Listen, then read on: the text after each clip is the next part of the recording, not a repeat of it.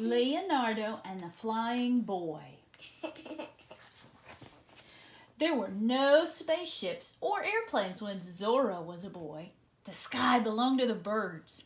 But one man dreamed of something incredible. One day, Zorro, he told his pupil, yeah, people will sail through the clouds and look down at the world below. Anything is possible. The man with the amazing dream and a beard like a wizard was Leonardo da Vinci.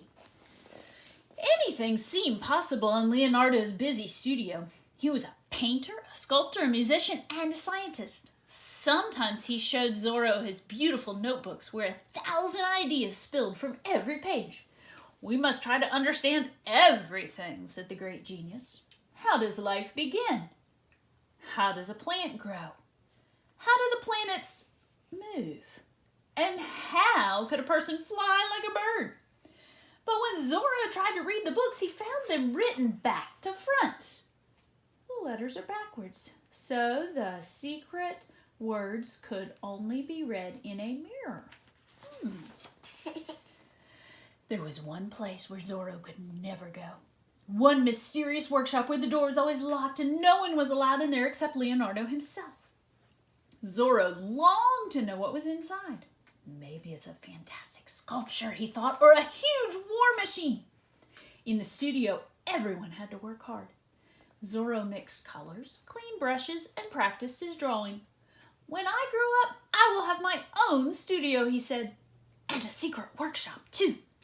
Of course you will, Zorro, smiled Leonardo. Hi, Leonardo. Yeah, that's his beard. Leonardo was a kind man. If he ever found an animal that was sick or hungry, he would bring it home for his pupils to take care of. But one day, Leonardo found something very strange. He dragged the wild and noisy creature into the studio where it kicked and it fought and it spat at the great artist.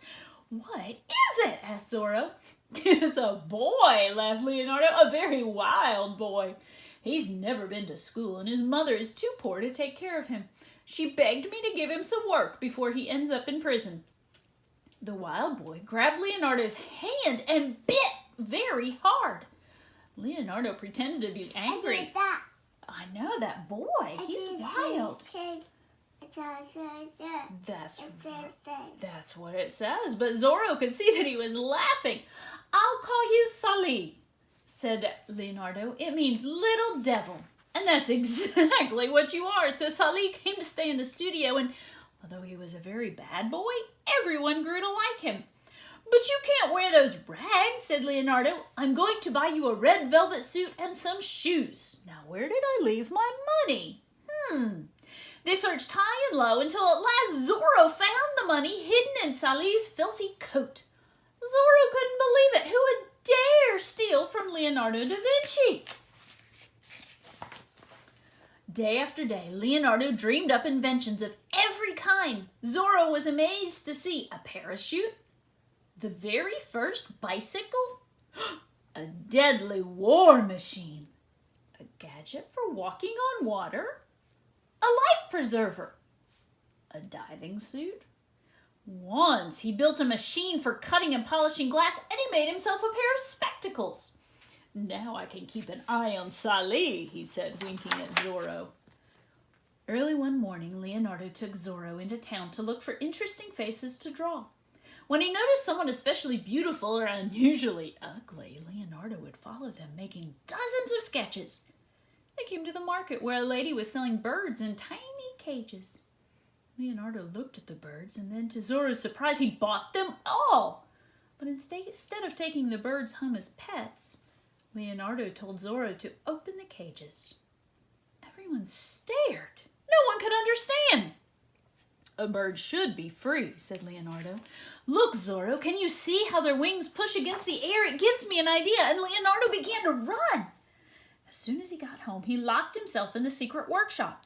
Zorro could hear him hammering and sawing from inside. Hour after hour, Zorro waited, but Leonardo wouldn't stop for food or drink. What on earth was he building?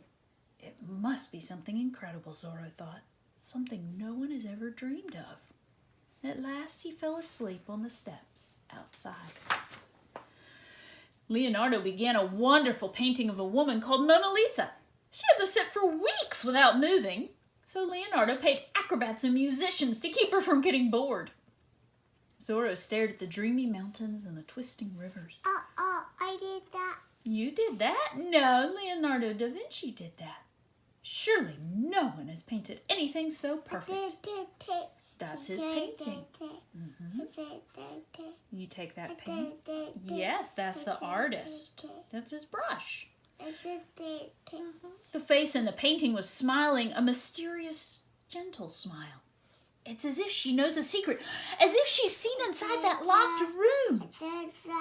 Oh, suddenly Sally crept up behind him. Come with me, Zorro. I'll show you something more interesting than that picture. Sally looked very suspicious. He dragged Zorro out of the studio and quietly down the stairs. At the door of the secret workshop, Sally pulled out a big bunch of keys. You stole them, gasped Zorro. Leonardo will throw you back on the street. Sally only laughed and unlocked the door. Zorro knew he shouldn't be here. He should turn and run to Leonardo, but he just had to see inside that room. Zorro couldn't believe his eyes. An extraordinary machine filled the room, its wings like great eagles. Help me pull it outside, ordered Sally. If we wait till Leonardo's ready, we will never fly. Anyway, you're the only one small enough to fit in the machine. It was made for you. You will be the flying boy. Leonardo will be furious, whispered Zorro. Not when he sees you flying above the studio. Come on, Zorro, help me. Those are his wings. So as Leonardo worked upstairs, Sally and Zorro hauled and dragged the heavy machine out of the workshop. Along the streets, far into the field, Sally pointed to the highest hill. We will try the machine from there. As the sun set, they reached the top. Now, panted Sally, just lie in here, and when you pedal, the wings will flap. Zorro was shaking. He felt ill. Maybe the machine isn't finished. We should be patient. But Sally was already strapping Zorro into the machine and dragging it toward the edge of the hill. Zorro was terrified. He began to shout, and suddenly there was a gust of wind, and Sally pushed, and the flying machine left the ground. Zorro looked down at the world below. He was sobbing with fear, but for a few seconds he flew like a bird. It works! But something went wrong. The bird was too heavy, and Zorro pushed, and he pulled, and he... Oh! At that moment, Leonardo came running across the field. Zorro tugged on the ropes and screamed as the machine fell like a stone and crashed into a tree. Leonardo himself pulled Zorro's limp body from the wrecked machine and carefully carried him home. Sally followed slowly, his head hanging in shame. Zorro was lying in bed. His leg hurt. His head was wrapped in bandages. Oh, Zorro, said Leonardo sadly, it doesn't surprise me that Sally would disobey me. But you? Perhaps I was wrong. Perhaps people will never fly. We are not birds.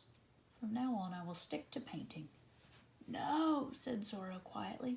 Remember what you told me? One day people will fly. The machine was too heavy, that's all. Leonardo thought for a moment.